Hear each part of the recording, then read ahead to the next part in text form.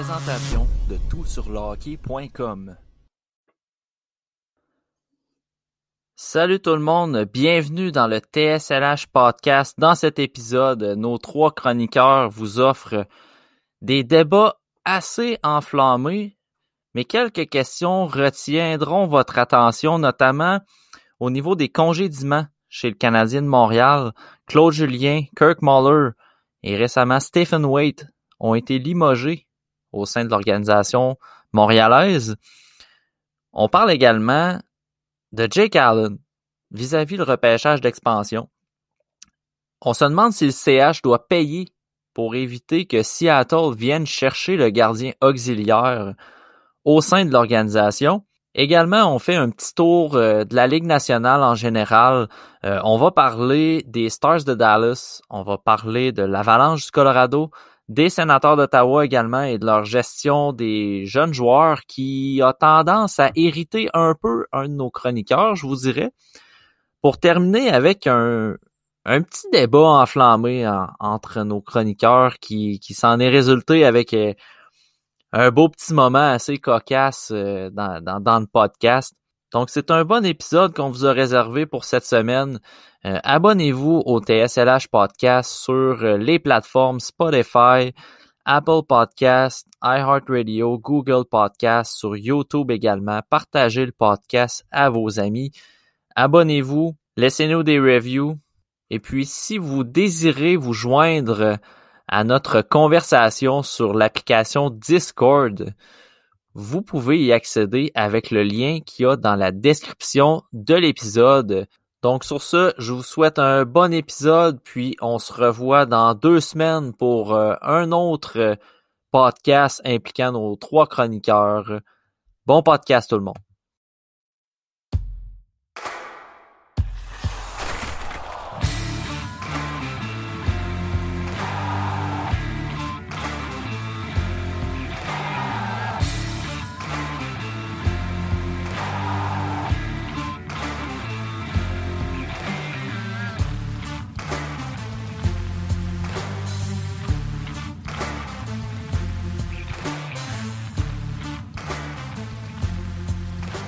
Mercredi 3 mars 2021, bienvenue dans le TSLH Podcast.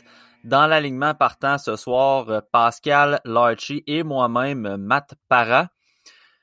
Avant de débuter, je rappellerai que sur le TSLH Podcast, on a 2 nouvelles petites chroniques. Dans le fond, Pascal a lancé il y a quelques semaines sa chronique surnommée le Scoutcast, le Scoutcast. Pascal va nous fournir des profils d'espoir pour le repêchage 2021, des profils audio. Donc, il va y avoir 4 joueurs qui vont être présentés aux auditeurs sous tous les angles possibles, comme seul Pascal peut le faire. Et puis, dans une autre chronique, moi-même, je me livre avec quelques conseils, mais surtout livrer les dernières informations pour vos poules de hockey. La chronique se nomme le Poolcast et depuis lundi dernier, j'aborde non seulement les informations pour vos poules de hockey, à savoir les joueurs blessés, les joueurs à surveiller pour la prochaine semaine, mais aussi je parle et je commente les dernières rumeurs des transactions. Et puis comme à l'habitude, à chaque 2 semaines, les 3 chroniqueurs, on se réunit ensemble puis on jase hockey. Puis là, cette semaine, les boys, en fait, depuis les 2 dernières semaines, c'est difficile de passer à côté du matériel que le Canadien de Montréal nous a fourni. Sincèrement, les boys, vos perceptions, vos impressions des derniers jours, dernières semaines du Canadien de Montréal, je pense qu'on n'a pas besoin de rappeler que ça a brassé beaucoup dans l'organisation. On l'avait dit au début de l'année, hein, Bergevin, on avait cette impression-là qu'il serait peut-être pas patient, puis qu'à la première petite série de défaites, qu'il allait être tenté de faire les gros moves. Puis là, je pense qu'on a eu le meilleur exemple. Puis, premièrement avec Claude Julien, évidemment. Puis Wade, je l'ai moins compris. En fait, j'ai moins compris le moment. Tu sais, si on l'avait fait en même temps que Julien, ok, fine. Là, j'ai comme pas tant compris le moment. Je sais pas si vous avez des pistes de solutions pour moi, là. Parce que personnellement, entre deux périodes, hier, t'as un match où Price a bien gaulé, la décision.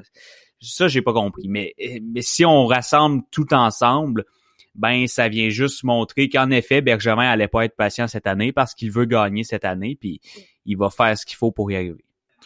C'est vrai que le timing est un peu bizarre, puis même l'explication qu'il a faite aussi, c'est-à-dire que ça fait plusieurs années qu'on voit un pattern chez Price, fait que là, on a pris la décision aujourd'hui. Si ça fait plusieurs années que tu vois un pattern que tu aimes pas chez Price, pourquoi tu limoges pas en même temps que Julien puis Muller? Moi non plus, j'ai pas bien compris non plus le contexte de... Ça faisait 8 ans, je pense, mais 9 ans qu'il était avec le Canadien. Je sais pas, au niveau du respect... c'est depuis 2013, me semble. C'est au niveau du respect envers sa contribution pour le Canadien puis Price, jusqu'au... Peut-être que Wade le prend pas personnel puis qu'il s'en fout carrément, mais je sais pas, je trouvais ça un peu moche de faire ça là. C'est comme au moins ils ont sauvé aujourd'hui de toutes les questions avec les journalistes puis tout là, de dropper ça. En tout cas, bref, je sais vraiment pas pourquoi il a fait ça là. J'ai vu un point d'Anthony Marcotte sur Twitter, puis je le trouvais quand même, tu sais, c'était quand même une belle piste d'indice par rapport à, tu sais, dans le fond, lui, ce qu'il disait, c'est que il y avait des bonnes chances que ce soit passé de quoi pour qu'on attende justement de congédier Wade comme ça et non de l'inclure dans vague qu'on a connu juste avant. Tu sais, qu'est-ce qui peut s'être passé? Sincèrement, on le saura probablement jamais, mais si j'avais un petit feeling qui vient de me popper tout juste, là, j'ai comme l'impression qu'on a avisé Sean Burke qu'il allait prendre le poste. Fait que lui, il était probablement déjà en quarantaine. Puis on a comme étiré un peu la présence de Wade comme coach pour qu'il s'amène vers le club plus rapidement. Mais tu sais, on s'entend, là, je spécule. C'est une hypothèse parmi tant d'autres. Là. Mais tu sais, c'est parce que pour moi, c'est aussi inconcevable que Wade y ait pas passé en même temps que Claude Julien puis que Kirk Muller. Là. En tout cas, c'est fort possible comme hypothèse, sérieusement. Là. Puis ce que j'aime bien, c'est que là, il a affirmé qu'il allait plus avoir d'embauche ni de mouvement de personnel pour le restant de la saison. Puis il y a Puck Authority sur Twitter qui a sorti qu'il allait rencontrer Mike Babcock pour tout ça, mais j'y crois pas pantoute. Fait que là, on va voir dans ça, j'y crois pas pantoute. On verra d'ici l'été, on verra ce qui va se passer. Surtout si le Canadien fait pas une série, là, ça risque de bouger pas mal. C'est ça, on verra. Ça me surprendrait quand même qu'on rate les séries. Là, je pense que le club passe par un creux de vague, puis ça va revenir. La game d'hier, donc de mardi contre les Sénateurs, ça a été un très bon match pour le Canadien. Oui. Puis on voyait que le système de Ducharme commence à rentrer aussi. Donc, je pense qu'il y a du positif à venir. Mais tu sais, c'est comme Max il disait, on le voyait venir à 100 000 à l'heure, que dès le premier creux de vague, c'est Claude Julien qui allait sauter. Il n'y a pas le choix, il faut qu'il gagne. C'est ça. Tu sais, l'organisation a dit, cette année, on veut des résultats. Fait que du moment qu'il n'y a pas de résultats, ben c'est clair qu'il y a des têtes qui vont sauter. Mais, tu sais, mettons, vous, là, la prochaine tête à sauter, c'est-tu Marc Bergevin? Oui. Ben, tu peux pas... oui. Ça dépend de quel moment on parle. Ça peut pas être cette année avec le travail qu'il a fait cet été. Peut-être que cet été, si on envisage un changement de direction, mais le travail fait par Bergevin, il est pas là juste pour cette année. Les contrats sont signés pour un bout, puis donc je vois pas comment on pourrait dire à Marc Bergevin demain matin, ciao bye là. Avec le travail qu'il a fait cet été, l'équipe qu'il a mis en place pour cette année, faudrait vraiment que ça ait mal, puis que là on soit sûr de manquer les séries, puis que mais même là, je vois pas comment on pourrait faire ça cette année. Je parle pas de cet été là. Moi j'ai de la misère à penser qu'on va se débarrasser de Bergevin, tu sais. Parce que ses acquisitions en début d'année, c'est drôle, ils fonctionnaient, tu sais. Puis tu sais, on l'a vu passer quelques fois sur Twitter, mais tu sais, on était prêt à donner le titre de DG de l'année à Bergevin. Fait que comment tu peux te permettre de congédier ton DG que tu vantais donc bien en début d'année. C'est les mêmes acquisitions qu'il a faites, là. Tu sais, c'est pas comme un coach, mettons, que le système passe moins bien ou que, tu sais, il y a de la misère un peu avec les vétérans dans le vestiaire ou peu importe la raison. Tu sais, le DG, son travail, c'est de mettre des joueurs sur la glace, c'est de signer des contrats. Et Bergevin l'a fait, puis en début d'année, on a vu que ça a marché. Fait que, pour vrai, j'ai de la misère, moi, à voir. Je sais pas, Pascal, toi, si tu vois cette option-là comme plausible, mettons, cet été, genre, je sais pas. Ben oui, c'est sûr, c'est cet été. Quand je disais que c'est sûr, c'est la tête à Bergevin qui va partir le prochain, dans le fond. Si ça fonctionne pas, c'est cet été, c'est pas avant ça. D'après moi, il y a rien qui va se passer d'ici l'été prochain, là. Ben, d'ici l'été qui arrive. T'sais, parce que moi, comment je le vois, c'est que Molson, il aime bien ça. Ben, Molson. Le Canadien, en général, aime bien ça, trouver des raisons à, puis un coupable de. Puis là, Bergevin a monté une bonne équipe. Ça fait plusieurs fois qu'il dit, bon, le reset, c'est terminé, là, on va faire les séries. Là, Molson, qui, entre les lignes, on pouvait lire que, là, les résultats doivent venir. Là, en ce moment, il y a une bonne équipe sur la glace. Si ça fonctionne pas cette année, est-ce que ça va fonctionner l'année prochaine? Là, Molson, il va falloir qu'il trouve un coupable. Puis selon moi, ça sera pas le head scout, ça va être Bergevin. Puis après ça, on verra ce que ça va être, là. Mais selon moi, c'est vraiment Bergevin le prochain. Ça va être lui le coupable si on fait pas une série, parce que c'est lui qui a monté l'équipe. Mais moi, personnellement, je trouve qu'il a fait une très bonne job, là. T'sais, j'ai rien à redire. L'affaire qui m'a plus dérangé avec Bergevin, c'est au début de son mandat, quand il disait qu'il rebâtissait par le repêchage, puis qu'il vendait ses deuxièmes choix, il donnait ses deuxièmes choix tout le temps, là, contre n'importe qui, là. Ça m'énervait royalement. Là, il a arrêté de faire ça. Très bonne affaire.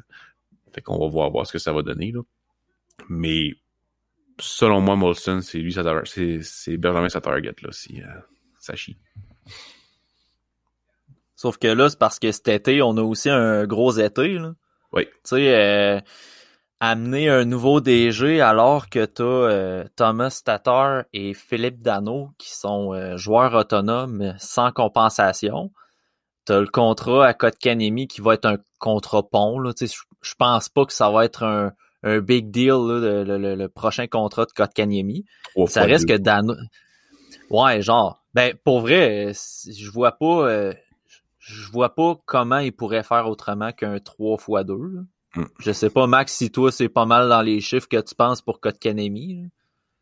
Moi, j'y donne pas ben d'argent là. Puis pas pour ben longtemps non plus. Toi, ça serait plus vers 2 ans, mettons? Tu donnerais un contre-pont de 2 ans? Puis, oui, 2 ans, 2 millions, je pense que Kéké serait quasiment gagnant avec ça, parce que là, on dirait vraiment, là, t'as 2 ans, puis t'as 2 ans pour nous montrer ce que tu peux faire, parce que là, 3 ans, j'aime moins ça, dans le sens où moi, je pense que pour les deux parties, c'est bon 2 ans, parce qu'on va vraiment pouvoir voir. Là, dans 2 ans, il y aura plus question de dire ouais, il est encore jeune. Dans 2 ans, on devrait pas mal le voir où ce qui s'enligne. Je dis pas qu'il va être à son plein potentiel dans 2 ans, vraiment pas. Je dis que dans 2 ans, on devrait être dans une bonne position pour voir, là, vraiment, pour mettre à jour son potentiel. Donc là, à ce moment-là, ben là, on ira avec un contrat à plus long terme, mais ouais, moi, j'irais pour 2 ans cet été. Ben, moi, c'est ce que je voulais dire. 3 millions, 2 ans. Par 3 fois 2. Ah, 2 millions, 2 ans. Bon, ça sera pas 2 millions, ça va être pas mal plus que ça. Je sais. fait que 1 million par année, Max? Ou 2 millions? Non, je veux dire 2 par année, là. OK. Non, mais ouais, on sait jamais, là. Non, je l'haïs pas tant que ça, Kéké, là. Mais, puis cet été, dans les choses que tu nommais aussi, faut pas oublier Seattle. Tu sais, c'est un, sans dire que c'est un gros dossier, il faut quand même que tu décides comment tu gères ça. Est-ce que tu paies Seattle pour qu'ils prennent tel joueur, pour qu'ils prennent pas tel joueur? Est-ce que, premièrement, qui tu laisses disponible? C'est fait que Seattle aussi, c'est un dossier pour un nouveau GM qui arrive dans une équipe qui est quand même de la tare, qui est quand même de la job, là. J'ai bien hâte qu'on fasse un épisode strictement là-dessus, sur repêchage, expansion, puis on va sûrement faire de quoi là-dessus, là. C'est mon équipe, ça, Seattle, en plus. Ouais, c'est ça. J'ai très hâte de faire ça. Mais moi, j'irais même plus loin. Je pense qu'avec la tenue de Price présentement, puis avec le repêchage d'expansion, puis j'aime bien ça que tu amènes le point, Max, parce que moi, sérieusement, je paie Seattle pour ne pas prendre Jake Allen. Ça se fait. Il y a plusieurs équipes qui ont fait ça là pour Vegas. Ils ont payé des choix au repêchage pour dire, garde, je te donne un choix, tu prends tel joueur, puis ça fait en sorte que tu prends pas l'autre. T'sais. Chez Anaheim, ils ont fait ça. Là, c'est comme ça que chez Theodore s'est ramassé à Vegas, puis ça a été une terrible honte, honnêtement, là, parce que... on parle ici de William Karlsson. Ouais. C'est ça. C'est ça. Il y a eu plusieurs joueurs. Karlsson, on s'entend que tu laisses partir. Présentement, il serait premier centre avec les Jackets, puis ils cherchent un centre encore parce qu'ils ont laissé partir Dubois. Puis, tu sais, Anaheim, ils ont préféré Josh Manson et Sami Vatanen à chez Theodore. C'est fou. Fait que, tu sais... Puis sinon, il y a Luke Tuch aussi qui est... pas Luke Tuch, Alex Tuch, ouais. Alex Tuch, que ça... Là, c'est moins pire, là. On sait plus, tu sais, là, il y a 2 ans, on pensait que ça allait être quasiment une vedette, là. Là, c'est juste un très bon joueur, mais tu sais, ça aussi, c'est un move qui a pas tant bien vieilli, là. Vegas avait tellement fait... Tu sais, c'était nouveau pour les équipes, là. Je pense que les équipes vont être pas mal plus prudentes avant de faire des moves de même, là, pour pas répéter les erreurs qui ont tant profité à Vegas. Non, c'est ça, mais tu sais, moi, personnellement, tu sais, c'est sûr que ces moves-là ont mal viré, mais à mon avis, le Canadien ne peut pas perdre Jake Allen. T'sais, présentement, là, moi, ce que je trouve, là, c'est que le timing avec la fin de contrat de Jake Allen fit très bien avec la progression de Primo. Là, s'il part, t'es obligé d'amener Primo trop rapidement. Puis là, avec Carey Price qui a de la misère, imagine si l'année prochaine, il y a de la misère encore, puis que là, t'es obligé d'envoyer un Primo qui est pas prêt d'en mêler. Et moi, je trouve tellement que c'est un casse-tête que, sérieusement, le Canadien a 2 choix de 2e ronde, 3 choix de 3e ronde. J'en flippe à Seattle demain matin pour garder Allen. Puis je vous pose la question, moi, je pense vraiment pas, mais il y en a qui amènent le point, puis d'un côté, c'est pas si fou que ça, un peu beaucoup, mais pas tant que ça non plus. Est-ce que Price pourrait être laissé disponible? Oh! C'est le call à Price. C'est lui qui va décider. T'sais, avec sa clause pis tout. En fond, quand il y a une clause comme ça, c'est le joueur qui décide si il permet à l'équipe de l'exposer. Tu sais, ça serait proche de chez lui, il serait la grosse vedette là-bas. C'est clair que ça va se discuter entre lui puis Bergevin si ça l'intéresse. Je pense pas que ça va se faire parce que sa maison c'est ici. Oui, chez lui c'est à Vancouver puis tout là, Anaheim Lake. Mais je pense pas que ça va se faire, mais c'est un bon sujet de discussion, mettons. Mais ça implique quand même beaucoup, là. Oui. Parce que si tu décides de laisser partir Price au profit du repêchage d'expansion, t'auras pas le même retour que sur le marché des transactions. Tu sais, je sais pas trop, là. Tu vas avoir un choix de premier tour. Moi. Tu sais, le club a rien, là. Ouais, mais moi, je suis d'avis que Price, sa valeur, c'est un gars qui est très dur à échanger à cause de son contrat, là. Le contexte actuel, là. C'est ça. Moi, Price, sa valeur, je pense pas qu'elle est en haute en ce moment. Il y a des équipes qui doivent être intéressées, mais si tu échanges Price, il va falloir que tu prennes 2-3 gros contrats, puis ça vaut pas la peine. Si tu échanges Price, c'est pour faire de la place sur ta masse salariale, à mon avis, là. Mais Bergevin le fera jamais. Non, c'est ça, ça arrivera pas. Ça serait un nouveau DG, je pense qu'il faudrait qu'il ait le guts de faire ça. On en parle, mais on en parle pour parler parce que les chances, ça arrive. Mais tu sais, en même temps, il y a combien de moves dans les dernières années qu'on n'a jamais vu venir, là. Mais celui-là, ça serait... Moi, je serais très, très, très surpris. Je posais la question, je lançais un débat. Mais je pense que c'est un move d'NHL 2021. C'est pas un move de vrai LNH. Mais je dis pas que ça arrivera pas. C'est juste que si ça arrive, c'est sous un autre DG, selon moi. Ouais, un DG qui décide d'arriver puis que lui, il brasse la soupe puis il veut une équipe à son image. Pas une équipe qui est bâtie autour d'un gardien de but de 10 millions, tu sais. Mais c'est clair que ça sera pas Bergevin. C'est trop un désaveu pour son travail s'il fait ça. Puis, tu sais, c'est sûr que Price vient du coin puis tu sais, le lien il est facile à faire avec Seattle puis Price. Mais, tu sais, combien de joueurs de franchise ont été échangés d'abord dans les dernières années? On avait la discussion, Pascal, puis tu sais, on va en reparler, là. des joueurs de franchise qui se font échanger, là, vraiment des échanges, des transactions pures pendant la saison, ça arrive tellement pas souvent. Imagine si en plus ça arrive dans un contexte de repêchage d'expansion. Et honnêtement, j'espère que tous les pompiers de Montréal sont prêts parce que ça va brûler pas à peu près dans le centre-ville. Pas faux. On va avoir un bel été. On va avoir un bel été, sérieusement, là. Surtout s'il y a un repêchage. Ah ouais, non, c'est clair. Parce que tu le vois, là, on parle d'échanger des joueurs de franchise, on le voit avec Ottawa. On le souvait dans la discussion de Tout sur le hockey que le dernier de mémoire, c'était Erik Karlsson, le dernier joueur de franchise, vraiment ton meilleur joueur de l'équipe là, à être échangé, c'était Karlsson. Ouais. Ça a été quand même payant là, pour Ottawa. Là, ils ont été chanceux. Au final. Fait que, ils ont été chanceux que San Jose choke, là. Oui, puis Josh Norris, je crois, il était dans la transaction aussi. Finalement, il s'est très bien développé. Ouais, c'est ça. Tout a bien tourné pour Ottawa dans ce deal-là. Là, c'est beaucoup de chance. Là. Chapeau, là, ça a été fait. Puis Dorion peut dire qu'il l'avait prévu dans un certain sens. OK, là, mais non. Là. Non. Mais c'est beaucoup de chance. Mais regarde, on va pas leur enlever. Pauvres autres qui ont juste ça. Ouais, c'est ça. Non, c'est pas vrai. Cette année, on pourrait d'ailleurs en parler tantôt après avoir parlé du Canadien, là. Okay, je suis en train de me transformer en l'animateur, moi. Tasse-toi, Matt.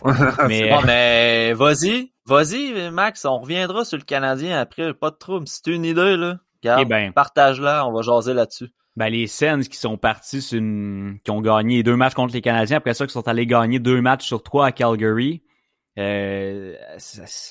Drake Batherson, on peut en parler de Drake Batherson? Parlons-en. Quel photo il y a contre Price? Tout qu'un 6 matchs de suite avec au moins un but. Ouais. Après ça, t'as Stoozley qui, lui, on n'a même pas besoin d'en parler, là, le monde le connaît, là. Ouais. T'as Norris qui...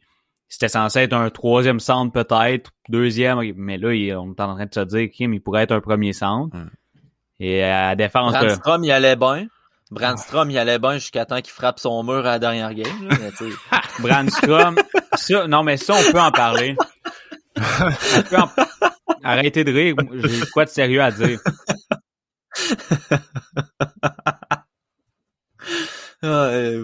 Vas-y, mon petit tatoué. Avant qu'il se fasse détruire par... Ah non, c'est pas vrai, il a changé de titre.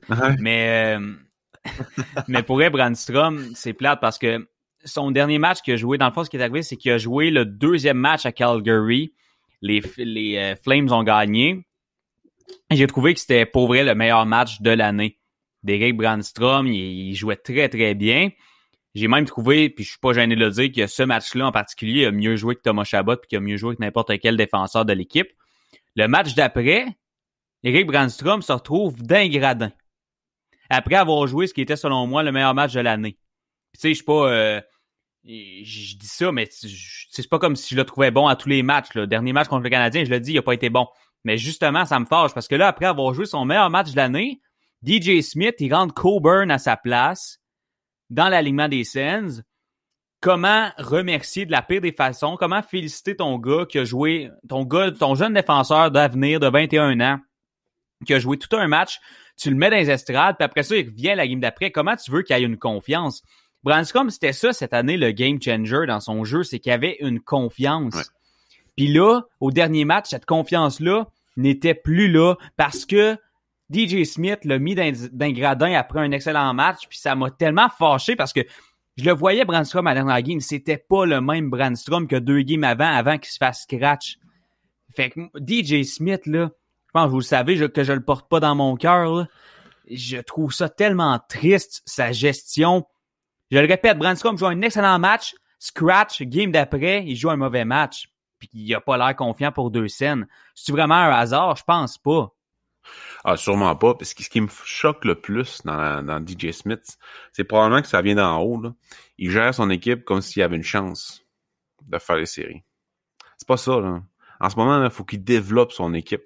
Je sais que la Ligue nationale de hockey, c'est pas une ligue de développement. Je le sais, ça. Je suis pas con, là. Mais quand t'as l'équipe que t'as, avec autant de jeunes, fallait jouer, puis protéger sa glace. Fait pas juste les bencher, puis après ça, ils en remettent dans le bain.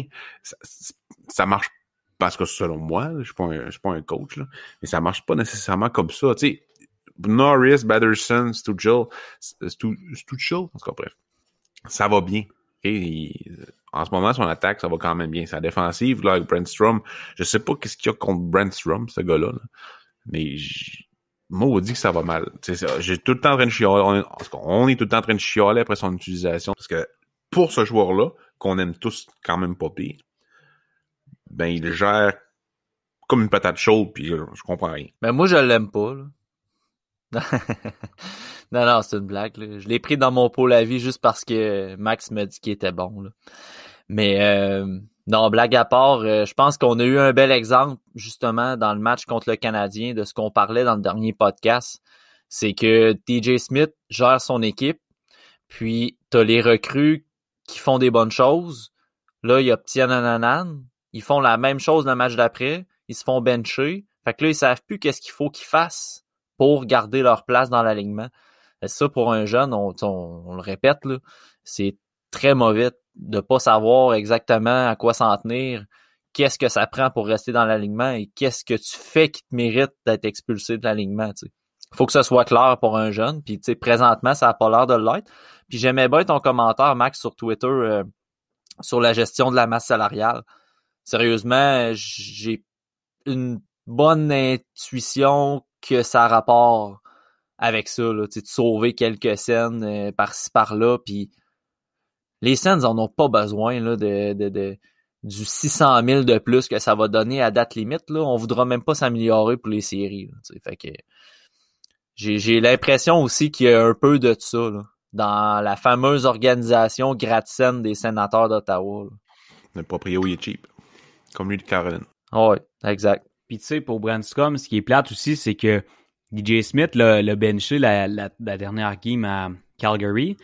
Puis tu sais, je sais pas ce qu'il a dit aux jeunes, là. Je peux pas croire qu'il a pas parlé, mais dans les médias, en tout cas, il a rien expliqué. Il a dit, il va s'asseoir une game, il va revenir bientôt. Puis ça ressemble pas mal à ça. Il a dit que des fois, ça faisait du bien pour une recrue d'aller dans les estrades, de regarder la game. Ouais, mais le kid vient de jouer une super bonne game, il a 21 ans, enlève-y pas sa confiance. On l'a vu ce que ça a fait, là.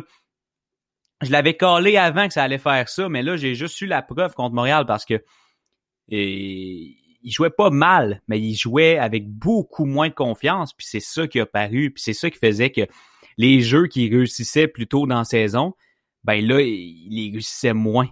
Contre Montréal, c'était une histoire de confiance, puis je trouve tellement ça plate, puis ça arrive avec Brandstrom, mais ça arriverait avec n'importe qui, puis je dirais la même chose parce que je suis un amoureux de prospect, je suis un amoureux de jeune. Elle dit de même, c'est bizarre. mais je suis un amoureux de prospect, puis je trouve ça plate quand il y a des mauvaises gestions. Peu importe c'est qui, même si je l'haïs le prospect en question, je vais le dire. Si ça arrive à Kotkaniemi, que je trouve que la gestion est dégueulasse, du coach, ben j'aurais pas peur de le dire, parce que je vais trouver ça plate. Mais là que ça arrive à Brandstrom, ça fait juste vraiment me fâcher.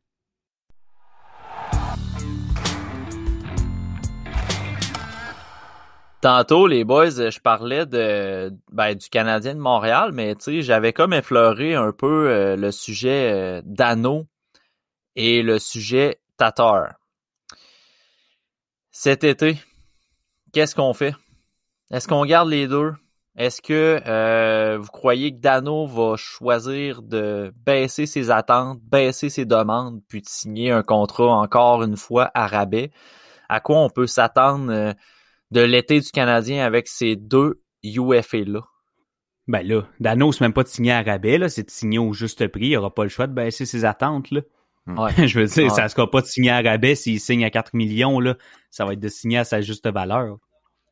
T'sais, son potentiel à Danault, de ce qu'il a montré dans les dernières années, ça se paye. Mais là, il choque un peu cette année. J'espère qu'avec du charme, ça va aller mieux. On va voir ce que ça va donner, là. Mais tu sais, moi, Tatar, il est vraiment sur un siège éjectable dans ma tête, là. Tu sais, c'est clair qu'il ne vendra pas à date limite des transactions pour un choix de repêchage, parce que le Canadien, il vise les séries et tout. C'était l'année passée qu'il fallait faire ça. C'est l'année passée que ça aurait dû faire ça, fait qu'on va le garder. Puis, ben, on va le perdre pour rien. Je suis pas mal sûr qu'on le signera pas, là. On va compter sur l'ajout de Caulfield, mais sur un jeune éventuellement, ou ben juste une signature pour la profondeur, là. Mais Tatar, je le vois pas. Dano, je pense qu'ils vont tout faire pour le garder parce qu'un centre de cette qualité-là, ben, chaque équipe en a besoin là, pour aller plus loin. Mais Dano, je pense, ça va aussi, dans un certain sens, dépendre de Kotkaniemi. Sûrement. Parce que si Kotkaniemi continue à jouer comme il a joué hier, c'était hier le match? Oui. Si Kotkaniemi continue de jouer comme il a joué hier, puis même s'améliore tout au long de l'année, ben là, je pense que ça change la donne dans un certain sens. Parce que s'il joue comme hier toute l'année, ben ça montre qu'il peut être un deuxième centre. Donc là, tu aurais Suzuki comme premier, Keke comme deuxième. Est-ce que tu veux donner 4,5 millions à un troisième centre? Non, tu veux pas faire ça. Donc, ça va beaucoup dépendre de Keke. Pour Tatar, écoute, je pense la même chose. Tatar, c'est un gars qui va demander son 5-6 millions puis qui va l'avoir quelque part, tu sais, un flair offensif comme ça, une production possible comme ça, ben une équipe va le payer comme Dallas a payé Radulov il y a une couple d'années. Donc, Tatar, je suis pas mal sûr que ça va quitter. Puis pour Dano, ben ça va vraiment dépendre de Keke puis de ses demandes aussi. Là, je veux dire, c'est sûr que pour moi, c'est sûr qu'on lui donne pas 5,5 millions. Là, Je suis d'accord avec toi. Je pense que plusieurs personnes sont d'accord là-dessus, puis on s'entend que Dano, à lui seul, il se tire un peu dans le pied avec les performances qu'il offre présentement, avec les informations qui ont sorti en début d'année. Tu sais, je sais que Darren Dreger, il disait justement que, ben, pas il disait, mais tu sais, il soulevait peut-être l'hypothèse là que justement Dano était peut-être surévalué dans le marché de Montréal parce que des Dano ailleurs n'auraient jamais gagné 5,5 millions dans une saison avec le rendement qu'il offre non seulement présentement, mais en général. Moi, je suis pas en désaccord là-dessus pantoute. J'ai toujours dit que Dano était un excellent deuxième centre d'une équipe moyenne, premier centre dans une équipe moyenne, mais que c'était un troisième centre dans une très bonne équipe, puis on le voit cette année. Le Canadien a quand même une bonne équipe, même si ça va pas bien présentement, là. Faut juste se rappeler qu'en début d'année, ça allait très bien. Fait que les performances en début d'année, ils les ont eues, puis ils ont montré qu'ils étaient capables de le faire. Fait que ça démontre que le club est capable d'être bon. Puis Dano, cette année, ça va pas bien. Fait que Dano, dans un bon club, est un troisième centre. Présentement, pourrait être un troisième centre, mais c'est Kotkaniemi qu'on garde au rang de troisième centre, et moi, je suis amplement d'accord avec cette décision-là. Keke, qui commence à jouer 13-14 minutes, solide comme il a fait hier, donc mardi, contre les Sénateurs. Si en ligne plusieurs matchs comme ça, oui, je suis d'accord, on doit lui donner plus de temps de jeu. Mais d'ici ce temps-là, pour moi, Dano reste le deuxième centre de l'équipe, là.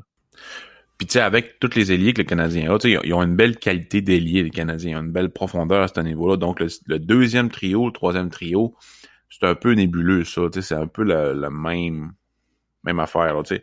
Fait que moi, j'ai rien contre pendant 2 ou 3 ans garder Dano et Keke. Dano a un salaire abordable, là, s'il veut. Puis Keke joue sur l'avantage numérique, Dano joue sur le piqué. Puis tu y vas avec ça, selon les performances des deux joueurs, tu donnes plus de temps de glace à Keke ou à Dano. J'ai rien contre ça, puis je pense que c'est le best pour Keke, qui pourrait prendre son temps pour monter dans l'échiquier du Canadien. Tu sais, il y a Perling aussi, là. Perling, oui, on peut pas encore le qualifier de flop, vraiment pas, là. Non. Tu sais, je pense que moi, j'ai pas perdu espoir, là. Est-ce qu'il va être le gars que certaines personnes voyaient, parce qu'on le sait à Montréal, ça prend pas beaucoup pour overhype, fait qu'imagine une sortie de 4 buts. Mais tu sais, il sera pas une vedette, là, mais tu sais, il pourrait devenir un très bon troisième centre, là, puis même plus tôt qu'on le pense. Je pense que on va l'essayer l'année prochaine, surtout si Dano devait quitter, ben on va l'essayer Perling comme troisième centre. Un gars comme Jake Evans, il fait des très belles choses cette année. Pour moi, c'est vraiment un gars de quatrième trio. Mais pourquoi pas? Peut-être qu'il va être capable de faire un bon travail sur un troisième trio. On le sait pas, là. Donc, que ce soit Evans, que ce soit Perling, ben c'est des gars qui potentiellement peuvent devenir troisième centre. Puis si Dano part, ben il y a un roulement à chaque année là, sur le marché des agents libres. Des troisième centres, ça doit être ce qu'il y a le plus sur le marché des agents libres, honnêtement, là. Fait que moi, je m'inquiéterais pas pour ça plus qu'il faut. Tu vas peut-être le payer un peu trop cher, mais payer un peu trop cher un gars, ses agents libres, ou payer très trop cher Dano. Ouais. 100% Ouais. d'accord avec toi, sérieusement. Tu sais, pour surfer sur ce que tu viens de dire, Max, mettons cet été, là, Dano, il tient son bout. Moi, je veux 5,5 millions. Puis là, t'as un Michael Granlund qui arrive puis qui dit, moi, je vais l'être votre troisième centre à 2 millions. Sérieusement, moi, personnellement, le choix, il est pas trop difficile. Puis je sais que Granlund n'a peut-être pas une bonne saison cette année, à l'image des Preds. Mais ce gars-là, il est capable de fournir de l'offensive pareil. Puis, il coûterait toujours bien juste 2 millions, là. Moi, je donne 3,5, 4 millions à Granlund avant de donner 5,5 à Dano. Moi aussi. Même affaire, même à Tatar, je pense. Avant de donner 5,5 à Tatar, 6, je donne 4,5 à Granlund pour 2-3 ans. Puis, tu sais, non, c'est ça. Mais, on parlait de Poehling. Vous pensez quoi du début de saison du Rocket de Laval? On n'en parle pas souvent de la Ligue américaine dans le podcast, mais là, la saison est commencée, puis on a pu regarder les matchs, sont disponibles sur RDS, quoi qu'on les a sur Instat, mais quand ils sont à la TV, c'est toujours plus agréable de les regarder à la TV en live. Vous pensez quoi du début de saison de la troupe de Joël Bouchard? J'ai pas tant regardé de match, honnêtement, mais de ce que j'ai regardé, j'ai beaucoup aimé Leskinen. Honnêtement, là, ce qui monte sur la glace au-delà des statistiques, en fait, je connais même pas ces statistiques, je suis pas allé voir, puis c'est pas le gars que je check à tous les jours sur HockeyDB, là. Ouais. Mais ce que je vois sur la glace de Leskinen, c'est un gars que j'avais apprécié à ses débuts en Amérique du Nord aussi. Puis l'autre Finlandais, là, Ilonen aussi. Oui. Lui, on s'en attendait, nos attentes étaient un peu plus élevées à son endroit. Mais quel bon début en Amérique du Nord, c'est vraiment cool ce qu'il fait cette année, là. Puis ça m'étonne pas que Ilonen connaît un bon début de saison avec le Rocket, mais en Amérique du Nord pour ses premiers coups de patin en Amérique du Nord. Parce que la façon qu'il joue, c'est-à-dire que très rapide, bon shot, responsable sans la rondelle, prend peu de risques avec la rondelle, faisant en sorte que le monde questionnait un peu son intelligence à hockey, mais il savait qu'il allait faire un bon boulot, là, tu sais. Et là, sur des patinoires un peu plus petites, on disait bon, est-ce que ça va être un... Mais Ilonen, c'est un peu ce qu'on avait abordé à propos de lui, de son passage en Liga, Pascal. Je sais pas si tu te rappelles, on disait beaucoup que c'était le type de joueur qui il avait tendance à être sur le frein un peu pour être sûr de pas se blesser, qui est en mode plus entraînement. Puis là, c'est le jour et la nuit, là, ses performances avec le Rocket. Beaucoup plus impliqué, beaucoup plus dangereux offensivement. Mais il y a beaucoup de choses aussi qu'on percevait en Liga, là, son implication dans le jeu est toujours bonne. Le fait qu'il est capable de jouer physique puis qu'il gagne ses batailles, c'était des choses qu'on voyait en Liga, puis il était capable de les transposer jusqu'ici avec le Rocket. Fait que c'est effectivement de bon augure pour l'espoir finlandais, que certains s'avancent à dire qu'il pourrait venir à Montréal cette année dépanner. Moi, je suis pas d'accord avec ça parce que premièrement, on voit qu'est-ce que ça donne quand on rush des jeunes vers l'équipe, puis l'équipe a pas besoin nécessairement d'un Ilonen. Il en est à sa première saison en ligue de hockey nord-américaine. On va le laisser s'acclimater, on va le laisser apprendre à jouer pro dans la ligue américaine, puis on verra éventuellement. Ça m'étonne pas qu'il connaisse ce bon début de saison-là par son style de jeu rapide puis responsable.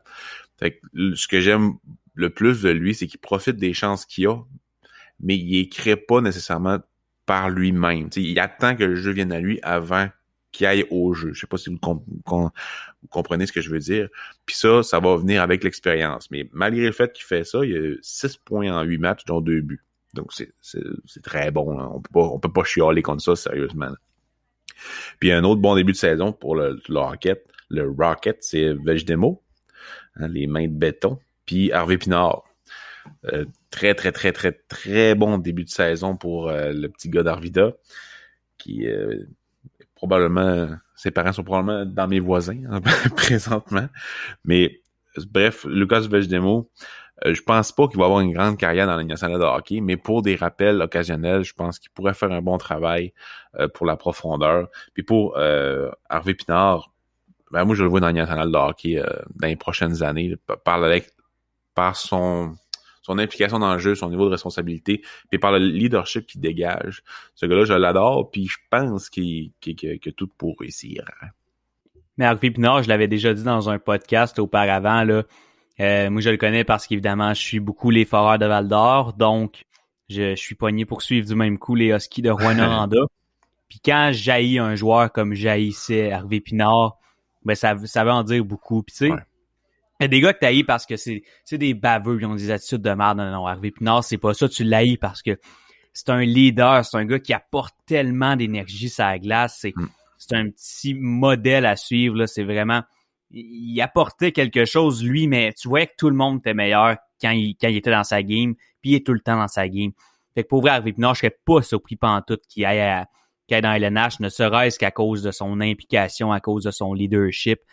Il a le talent aussi, mais vraiment tout ce qui va autour, tout ce qui va avec sa personnalité, ben pour moi, c'est au-delà du talent, là. C'est pas le joueur le plus talentueux du Rocket, là. Mais c'est un de ceux qui va donner le plus soir après soir. Donc, je serais pas surpris. Les entraîneurs vont l'adorer. Que ce soit Bouchard, Ducharme, peu importe, là, qui dans le futur, d'après moi, c'est un genre de coach dream, ce joueur-là. Fait que c'est à lui. C'est la balle dans son camp. J'ai l'impression, justement, que d'avoir Dominique Ducharme comme coach en chef avec le Canadien, puis d'avoir Joël Bouchard dans la Ligue américaine, une couple de petits textos puis une couple de petits téléphones, des Skype qui vont se faire les soirs pour parler justement des joueurs. Puis j'ai eu cette impression-là justement dans le dernier match avec l'utilisation de Kotkaniemi. Puis l'observation n'a pas été faite par ma propre personne et par mes propres yeux. J'ai vu ça sur Twitter. Je me rappelle pas c'est qui. C'est Anthony Marcotte. Je sais où tu t'en vas, puis c'est ça. Ouais. Sur l'utilisation de Kotkaniemi quand il était à Laval en powerplay. Ouais, c'est ça. Mais, tu sais, sincèrement, là, c'est vraiment une bonne chose parce que Ducharme et Bouchard étaient, si je ne me trompe pas, étaient l'espèce de tandem coach et DG avec Team Canada Junior, c'est ça? Puis avec le Junior de Montréal aussi, avec Pascal Vincent, si je me souviens bien. C'est vrai. C'est vrai. Fait que, tu sais, la connexion est là. Puis, on l'a vu justement que Ducharme utilisait Kotkaniemi un peu à la façon de Joël Bouchard. Fait que, tu sais, des gars, là, comme Raphaël Harvey Pinard, là, du moment que ça va être ramené dans le grand club, bon, une couple de petits téléphones qui va se faire avec le chum Joël, puis on regardait, hey, Raphaël, tu me suggères quoi avec lui? Peeling, s'il est rappelé, ou juste l'année prochaine? Puis là, ça, c'est hypothétique parce qu'on sait pas si Ducharme va être là. Mais moi, présentement, la situation coaching, là, pour justement des gars qu'on va caller up, caller down, je trouve ça excellent. Présentement, là, le portrait, il me satisfait. C'est un beau thumbs up aussi pour la LHJMQ. Parce que oui, on n'a pas beaucoup de Québécois dans le Canadien, le débat interminable, mais en arrière du banc, puis dans l'état-major, c'est rempli de Québécois. Donc, très content de voir ces deux gars-là à la tête des deux équipes du Québec.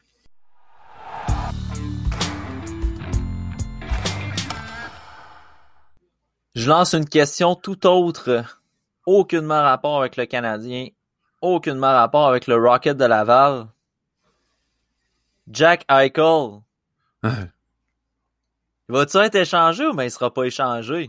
Ben non, il sera pas échangé. C'est un des meilleurs joueurs de la LNH, puis il est jeune. Bien, oubliez ça, là. Ça n'a pas de sens, ça. Pour vrai, ça part tellement de tous les sens, là. Ben, Pierre Lebrun l'a dit aujourd'hui, en tout cas, je me rappelle plus à quelle place, là, mais il avait dit que souvent, ce genre de dossier-là, c'est du monde qui spécule dans les médias, ou ben chez les fans, puis qui les répète tellement qu'ils se créent une vérité avec ça, puis que le monde commence à croire que c'est des vraies rumeurs. Pour lui, il a dit qu'il n'y a rien de tangible, aucune information vérifiée qui dit que Eichel veut partir, que même Buffalo veut l'échanger. T'sais, en ce moment-là, aujourd'hui, il n'y a rien qui dit que ça confirme ça. Mais il dit peut-être que cet été, ça va changer. Il peut pas prévenir l'avenir. Puis d'après moi, il a raison, là. C'est sûr que Eichel t'échange pas ça en saison. Ça n'a pas de bon sens faire ça, tu sais. C'est plus pendant l'été. Mais est-ce que ça va se faire? Je pense pas. Ça. Ils se tireraient tellement dans le pied. Comment ils se sont tirés dans le pied avec Ryan O'Reilly? Imagine-toi comment ils vont le faire avec Eichel. Ouais, c'est parce qu'en plus, on dirait que l'argument principal de dire Jack Eichel va être échangé, c'est que ce gars-là, c'est un poison dans le vestiaire, puis c'est à cause de lui que les Sabres vont nulle part. Mais je m'excuse, mais les Sabres allaient nulle part avant d'avoir Jack Eichel. Fait que tu sais, rendu là, le gars, il fait 1 point par match, là, même plus. Tu sais, ce gars-là, dans n'importe quel club plus winner que les Sabres ferait 100 points. Là. Tu sais, tu veux pas échanger ça. Là. Puis on en a déjà parlé là, dans le dernier épisode, on a parlé beaucoup des Sabres. Mais Jack Eichel, tu peux pas échanger ça. Mais tu sais, je trouve ça quand même drôle. Ça fait un petit parallèle entre Carey Price puis Jack Eichel, tu sais, parce que ouais. Tu sais, les deux gagnent 10 millions. Les deux, c'est le visage de leur franchise. Puis les seules raisons qui soutiennent un peu le récit des partisans puis de ce qui est véhiculé dans les médias, c'est « Ah, mais c'est des gars, ils ont pas des bonnes attitudes. » Comment tu le sais? Ouais, c'est ça. T'es pas dans le vestiaire, là? Tu sais, non, mais c'est... Comment tu fais pour le savoir? T'es assis dans ton salon à manger tes Doritos en regardant la game, puis toi, tu te dis « Ah, Jack Eichel, pas un bon coéquipier. Il est pas bon. » Non, mais là, moi, ça me fait capoter. Pour vrai, là, Puis on voit la même affaire avec Carey Price présentement, là. Tu sais, il est pas bon, il est pas bon. Ça fait 3 coachs des gardiens qui passent, puis ça fait tant de coachs qui passent. J'ai fait un texte aujourd'hui, là. Et si cette évaluation-là est faite pour Price, faites-la pour Marc-André Fleury aussi. Parce que ce gars-là, là, il a passé 3 coachs des gardiens à Pittsburgh en 12 ans. Puis, il y a à peu près, là, j'y vais de mémoire, là, parce que j'ai pas mon article devant moi, mais me semble que c'était 5 coachs qui sont passés à Pittsburgh.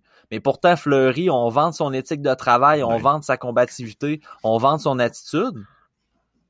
Mais Carey Price a passé autant de coachs des gardiens, là, depuis qu'il est à Montréal, mais lui, ça marche pas, tu sais. C'est la vie. C'est la vie à Montréal. Ouais, mais pas juste à Montréal, tu sais, on le voit, là, avec Jack Eichel, c'est la même affaire. Hier, aux Rangers de New York, il y a des partisans maintenant dans le Madison Square Garden. Ouais. Les partisans criaient « We want Eichel ».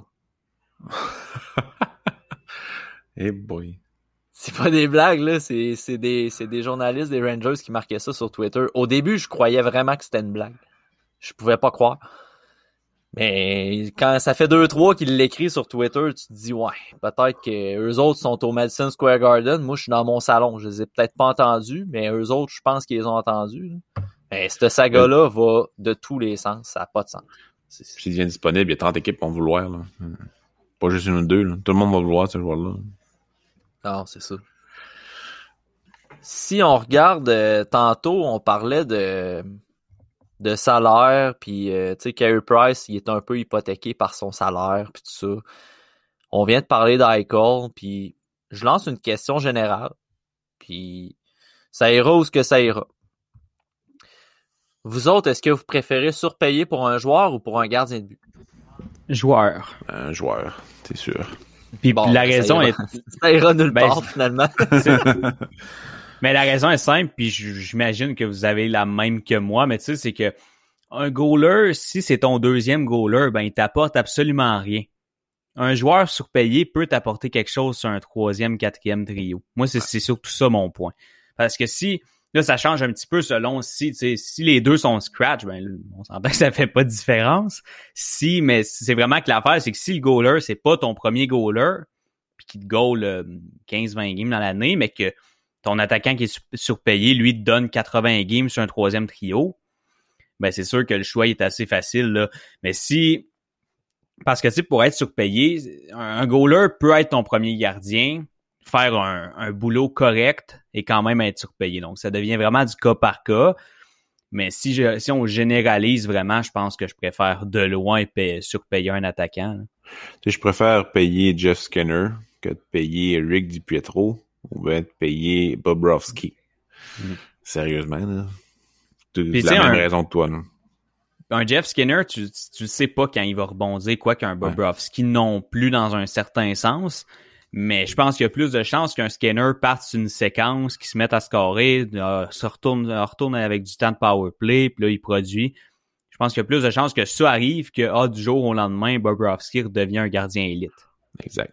Je suis pas mal en accord avec vous, puis je pense que ça sert à rien de répéter l'argumentaire. J'étais juste curieux de savoir un peu, même si je me doutais un peu votre impression là-dessus. Puis c'est ce qui me mène un peu vers mon autre petit point que je voulais qu'on discute ensemble en ce qui concerne l'Avalanche du Colorado. Vous allez vous demander pourquoi on passe de surpayer un gardien à l'Avalanche du Colorado. Tu sais, clairement, l'Avalanche, présentement, peut-être leur seule lacune, c'est dans le filet.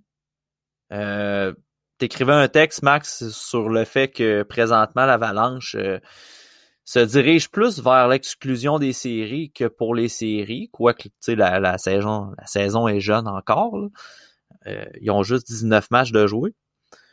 Mais est-ce qu'on peut s'inquiéter de la tenue de l'Avalanche du Colorado présentement qui ont une fiche de 11-7-1 avec certains joueurs qui pourraient peut-être en donner plus, disons? Ouais, ben tu sais, comme j'ai écrit dans mon texte, je m'inquiète pas plus qu'il faut. Tu sais, ils sont en série en ce moment. L'Avalanche est en série en ce moment, mais au moment d'écrire mon texte, il était à 2 points d'une exclusion. Il était aussi à, je pense, 4 ou 5 points du premier rang. C'est une division qui est très serrée. Moi, ce que je mettais de l'avant, c'était vraiment le fait qu'on s'attendait à voir l'Avalanche dominer la division, et c'est pas ça qui arrive du tout en ce moment. Et tu l'as dit, il y a des gars qui doivent en donner plus. Tu sais, des gars comme McKinnon, c'est vraiment pas mauvais, là. McKinnon, Rantanen, ils produisent bien en ce moment. Mais un gars comme McKinnon qui donne 1 point, 2 points par match, en ce moment, ben c'est pas assez malheureusement, vu que d'autres gars en donnent moins. Ben un gars comme McKinnon, c'est un gars qui a le talent pour t'en donner 1.6, 1.7 points par match sur une saison écourtée. Un gars comme Rantanen doit de loin surpasser le point par match aussi. T'as un gars comme Gabe Landeskog qui a 10 points en 17 matchs. Ça, c'est vraiment le gars qu'il faut qu'il en donne plus, là. Captain Sweden, là, come on. Et je suis pas inquiet. L'Avalanche va faire les séries, je suis pas mal certain de ça. Mais c'est sûr que c'est inquiétant dans le sens où on les voyait dominer. Mais puis là, c'est pas ça qui arrive, là. Je l'ai dit, on était à 2 points de rater les séries. Puis on dit qu'on est en début de saison, là, mais on est plus en début de saison. On s'arrive, on approche pas mal la mi-saison plus qu'autre chose. Fait que non, je suis pas inquiet que ça peut se replacer, là. Aussitôt qu'un gars comme Landeskog va recommencer à produire, que McKinnon va partir sur une séquence de 15 matchs avec au moins 1 point, avec une moyenne de 2 points par game dans cette séquence-là. Ça va se replacer, mais c'est juste qu'en ce moment, je sais pas trop ce qui se passe. Faudrait que je regarde plus de matchs du Colorado, là. C'est pas toujours évident, mais définitivement, il y a un petit problème devant le filet, là. Tu l'as nommé, là. Puis que dire de Minnesota? Ouais, ils sont quasiment... L'ancienne équipe la plus beige de la nationale de hockey. C'est ça, j'allais dire. Ils sont quasiment plus beige. Mais des fois, j'y regarde jouer, puis ils sont encore beige le 3/4 du temps. Ouais. Mais quand ils décident qu'ils sont plus beige, quand Kirill Kaprizov décide qu'il met un peu de couleur là-dedans, ben là, c'est le fun. Le petit Kirill, là, elle l'aime bien. Elle l'aime bien aussi. Je l'ai vu pas mal l'année passée, dans les dernières années à cause de Romanov. Là, c'était son coéquipier. Quel joueur de hockey. Il peut mettre tellement du brillant dans une game, sérieusement. Là, si vous avez pas l'occasion de le regarder souvent, là, essayez. Essayez d'aller le voir jouer, sérieusement. C'est le fun d'avoir un joueur de même. J'aimerais beaucoup ça d'avoir un chez le Canadien, un genre de joueur comme ça, parce que ça permettrait de mousser un peu les games, là. Mais très, très, très content de voir le classement de Minnesota, qui est 3e dans la division présentement, avec 25 points, 2 points devant le Colorado. Il joue vraiment bien. Fait que j'ai hâte de voir pour la suite des choses. Kaprizov, c'est ça que je disais dans l'épisode du podcast que il avait connu un petit downside là. Après un bon début de saison, il a comme diminué un peu son rythme de production, mais depuis que Zuccarello est revenu, Zuccarello qui a 8 points en 4 matchs depuis son retour de blessure. L'année passée, c'était pas une grande acquisition là, du Wild, là, on s'entend, là, ça a pas été très très fructueux. Là, cette année, ça semble fonctionner avec Kaprizov. Cam Talbot, surprenant. Kakkonen aussi. Tu sais, en début d'année, là, c'était drôle parce que on se demandait, Stalock, c'était quoi les plans pour lui? Normalement, il était comme deuxième gardien-ish, là, plus premier avec parce qu'on doutait un peu de Talbot. Finalement, Stalock, envoyé au balotage, envoyé à Edmonton. On n'a pas besoin de toi. Non, mais tu sais, c'est administratif, là. Le gars revenait de blessure, puis on voulait l'assigner au taxi squad. Puis finalement, c'est Edmonton qui l'a récupéré. Mais Kakkonen et Talbot font du solide travail. Mais tu sais, pour en revenir à l'Avalanche, moi, ce que je regardais pendant que vous parliez, c'était les stats. Le bon vieux hockey DB. Tu sais, tu disais Max McKinnon et Rantanen, Makar même, produisent quand même assez bien. Je dirais que le deuxième trio aussi, avec, tu sais, t'as Kadri, Burakovsky, puis Donskoy, pas si des mauvaises productions. Mais après ça, là, c'est GT Comfort, ça produit pas tant que ça. Tyson Joss, ça produit pas. Puis j'ai été surpris de voir la moyenne de buts alloués de Philippe Grobauer qui est à 2.20. Je pensais que l'Avalanche avait plus de difficultés que ça, mais c'est surtout quand il envoie Hunter Miska devant le filet, gardien auxiliaire de l'équipe parce que Francos il est blessé. Là. Je pense qu'il va manquer il va manquer un petit élément là à l'Avalanche, que ce soit en offensive au niveau de la profondeur ou dans le filet. Il manque encore un petit quelque chose pour dire là, on peut rivaliser avec les Vegas, les Saint-Louis de ce monde. Il va manquer un petit coup de pouce, je pense, d'ici la fin de la saison. Franco, ça fait mal sa blessure quand même là, parce que mais tu l'as dit, Hunter Miska, c'est ça. C'est ça qui est ça. Qu'est-ce que vous dites de Dallas, vous autres? Leur début de saison de Dallas? Le dernier de leur division, malgré le fait qu'ils ont été finalistes pour la Coupe Stanley. Mais le pire, c'est qu'ils étaient bien partis au début, là.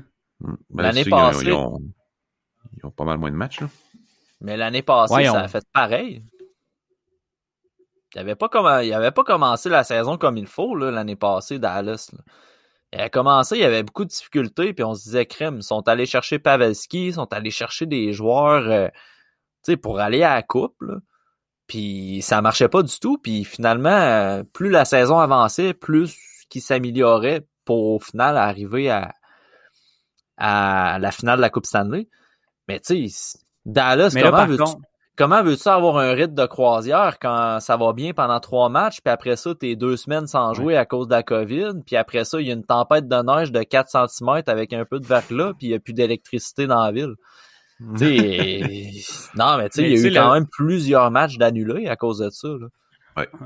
Je disais, c'est ça, là, ils ont 17 matchs de jouer. Tu classes par pourcentage de points, ils sont sixième, c'est ça. Mais dans leurs 10 derniers matchs, ils ont une victoire seulement. Puis ils sont sur une losing streak de 3. Fait que c'est vraiment les 10 derniers matchs qui font mal. Là, ils ont 5 points amassés dans leurs 10 derniers matchs. Puis là, sont à... C'est dur de dire ils sont à combien de points des séries parce qu'ils ont joué quasiment 10 games de moins que d'autres. Là. Détroit, qui est 1 point devant eux au classement, ont joué 25 games, puis Dallas en a joué 17. Mais c'est sûr que là, Chicago, ça va-tu continuer sur la lancée? Je pense que c'est là que ça va jouer parce que t'aimes pas Caroline puis Floride. Je pense que eux, ils vont poursuivre sur leur lancée. Floride, peut-être pas autant. Mais je pense que ça va quand même se poursuivre de belle façon. Fait que je pense que la dernière place va vraiment se jouer entre Chicago, Columbus, Nashville et Dallas. Puis moi, je tasserais même Nashville de ce lot-là. Fait que je dirais que ça va jouer entre Dallas, Chicago, Jackets. Puis est-ce que Chicago peut vraiment tenir le rythme encore sans Taves? Est-ce que Columbus, qui est sur papier pas très beau, ça peut poursuivre rester dans le coup? Moi, je suis pas trop inquiet pour Dallas. J'ai un bon feeling que ça va remonter puis ça va faire les séries, mais c'est sûr que tu regardes les 10 derniers matchs puis c'est pas jojo. Est-ce que le propriétaire va encore sortir dans les médias pour fouetter ses vétérans? Ça va falloir encore ça ou bien un congédiement de coach? Mais pour vrai, tu parlais de Nashville. Moi, Nashville, je les vois pas en série, puis je les vois liquider pas à peu près à date limite des transactions. Là, oui. Non seulement il y a des rumeurs qui appuient ça, Mais c'est que là, ça fait 2-3 ans, là, avec le noyau qu'il y a là présentement, que ça va nulle part. On a changé de coach, ça va nulle part. On a amené Saros comme plus numéro 1. Riney, on le tasse de plus en plus. Ça marche pas plus. Moi, je pense que ça va prendre... en plus, là. Ils ont, sur papier, ils ont vraiment des bons noms. Là. Puis ça marche encore. C'est le bon vieux papier joue pas. C'est comme les Rangers puis New Jersey. Sur papier, ça c'est pas pire, mais ça fonctionne pas. Exact. Oh, on peut parler de Brincat Caulfield. Oh. Non. Non, c'est pas vrai.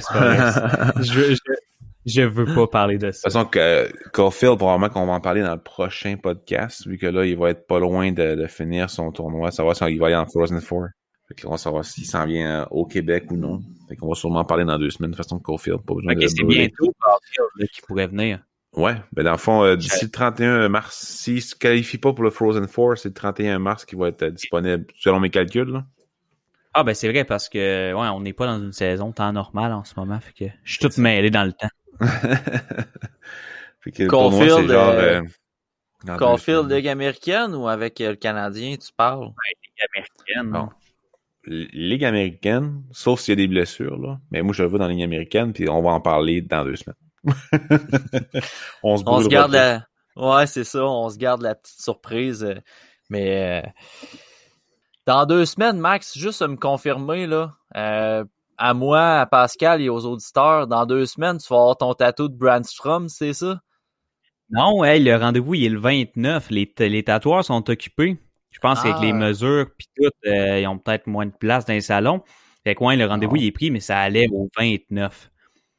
Fait que dans mes derniers jours ici à Jonquière, je vais me faire tatouer. Est-ce que les auditeurs savent pourquoi tu vas te faire tatouer? On l'avait-tu expliqué dans le dernier épisode? Je pense l'expliquer, tout le monde le sait déjà. Ouais, c'est ça. On sait que Max, c'est une vedette maintenant qui va qui fait des chroniques au 91.9, mais si tu veux closer en expliquant un peu l'inside Brandstrom EB26. Le matin du premier but d'Éric Brandstrom dans la LNH, j'ai tweeté tout bonnement en prenant mon café. Si Éric Brandstrom marque son premier but en carrière ce soir contre le Canadien, je me fais tatouer EB26. Le soir, Éric Brandstrom a marqué, donc je vais avoir EB26 sur la jambe dans une couple de semaines. C'est tout. C'est ça la belle histoire. Puis, mardi contre les Sénateurs, on a eu notre collaborateur David qui a décidé aussi de propulser son joueur favori, étant Jesperi Kotkaniemi.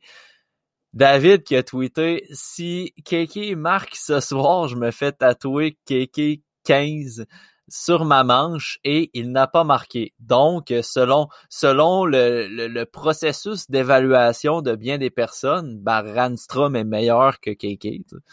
Ah ben moi, sans blague, je vais pas là. Ok, je vais aller là. Si j'ai une transaction à faire, là, en termes de valeur, je pense que Brandstrom a plus de valeur que Kéké. Oh, hey, moi je suis pas d'accord là-dessus, par exemple. Et que je suis pas d'accord là-dessus. Puis on le sait, je suis sévère envers Kéké, mais moi je suis pas d'accord. Mais moi, en même temps, je rappelle que dans une ligue simulée l'année passée, j'ai échangé Kirby Dach 1 contre 1 contre Éric Brandstrom. Là. Non, mais là... Ouh! Non, mais je pense que c'est serré. Ah, pour vrai, moi, un centre avec ce gabarit-là, qui a un potentiel offensif, même si le potentiel offensif est variable selon l'évaluation de la personne, je prends le centre de ce gabarit avant un petit défenseur qui est quand même offensif. Là. Brandstrom, j'y enlève rien, mais je prendrais quand même Kéké avant. Ouais, mais... Puis est-ce que tu prends Brandstrom ou Romanov? Romanov. C'est vrai, Pascal? Ouais, je prendrais Romanov parce que... Moi qui pensais que tu connaissais le hockey. Hey, mais je veux pas... Pour moi, son potentiel est plus sûr pour être un élément pérennial, dans le fond, au niveau de la Ligue nationale de hockey. Brandstrom, oui, a plus de chances de boom. Maxime qui rage quit. Aïe, aïe, aïe. À l'audio, ça va être jure. Non, non. Hey, T'as reach quit? Je vous jure que non. Ça a fait que mon réseau a déconnecté. J'ai dit, oh non, t'es au pire moment. Ils vont penser que j'ai... Aïe, aïe, aïe. Aïe, aïe. On vient de vivre un beau moment. Pour ceux en audio, ils peuvent pas comprendre, là, mais pour vrai, Pascal qui dit qu'il prend Romanov avant Baran-Strom et Max qui quitte la discussion instantanément. Mais ça, c'est la faute d'un bug, mais garde, on le sait qu'il est off là, par rapport à ça, mais... non, aïe, aïe, je vous jure, les gars. Ah, le timing. Mais sérieusement, là, pis là, tu vas repartir, là, mais moi, je pense que je prendrais Romanov aussi. Eh ben... C'est l'évaluation du risque. C'est juste ouais, ça. Ben, je suis d'accord que... C'est ça, moi aussi. J'ai le choix live, puis c'est sûr qu'il y a un choix plus safe que l'autre, là, c'est sûr. Mais moi, je suis un gars qui a des couilles puis qui va pour le boom. Non, mais pour vrai, moi, je pense juste que, tu sais, Brandstrom peut offrir d'offensive, puis je pense que l'upside offensif de Brandstrom est plus élevé que Romanov, là. Je pense que c'est assez clair pour ça. Oui. Mais Romanov peut amener une dimension supplémentaire au niveau du jeu physique que moi, ça me plaît plus d'un défenseur, mettons, qu'un défenseur. Mais c'est 100% vrai, puis je pense que c'est même pas quelque chose qui se compare, là. Je lançais ça en blague, mais c'est deux styles complètement différents. Ça dépend aussi de... Tu sais, tu feras pas jouer le même gars avec Brandstrom que tu fais jouer le même... Ok, ma phrase fait aucun sens, je vais recommencer. Tu feras pas jouer le même gars avec Brandstrom qu'avec Romanov. Tu sais, c'est des gars qui ont qui butent complètement différents, donc c'est sûr que faut que tu les complètes de façon différente, puis les deux ont apporté de quoi de complètement différent. Fait en fait, il faudrait qu'ils jouent ensemble. Ouais, c'est vrai. Pour voir. Faudrait qu'ils jouent en ensemble. plus, Brandstrom, ça ne dérange pas de jouer à droite. Romanov non plus. Ouais, mais Romanov, il est pas bon à droite. Oh! Fait que Romanov à gauche, Mais moi, je comprends pas. On dit que Romanov, tu sais, puis Brandstrom pourrait être un mix parfait, mais pourtant, Victor Mété et Romanov, ça a pas fonctionné. Puis... non, ça... il va requitter. Mais le pire, c'est qu'il y en a qui pensent ça de façon un peu sérieuse, là, que c'est pas si loin Brandstrom Mété. Là, partez-moi pas là-dessus. Je vais aller me coucher avec ma tisane. Ben non, mais regarde, on va fermer l'épisode tout de suite. On va closer l'épisode tout de suite avant qu'on perde un membre définitif du TSLH podcast. Ben, je suis déjà en réflexion pour quitter tout sur le hockey au complet, là. C'est ça. Aïe, aïe, aïe. Sur ce petit moment de folie, merci d'avoir été à l'écoute. Oubliez pas qu'on a nos épisodes spéciaux avec Pascal qui offre du contenu sur le repêchage 2021. Puis, chaque lundi, je vous fournis des informations pertinentes pour vos poules et je commente également les rumeurs de transactions dans la Ligue nationale. Partagez le podcast. On est sur toutes les plateformes. Vous les connaissez. On est sur toutes les plateformes qui existent de podcasts. Invitez vos amis à nous écouter, partagez les épisodes, donnez-nous des reviews. C'est un peu ça notre paye par rapport au podcast. C'est ça qui rend la chose le fun, c'est de savoir que les gens apprécient ce qu'on offre comme contenu. Puis c'est du contenu gratuit. Fait que nous, on a du fun à le faire, mais on a beaucoup de fun aussi à entendre vos reviews. Fait que sur ce, on se donne rendez-vous dans 2 semaines.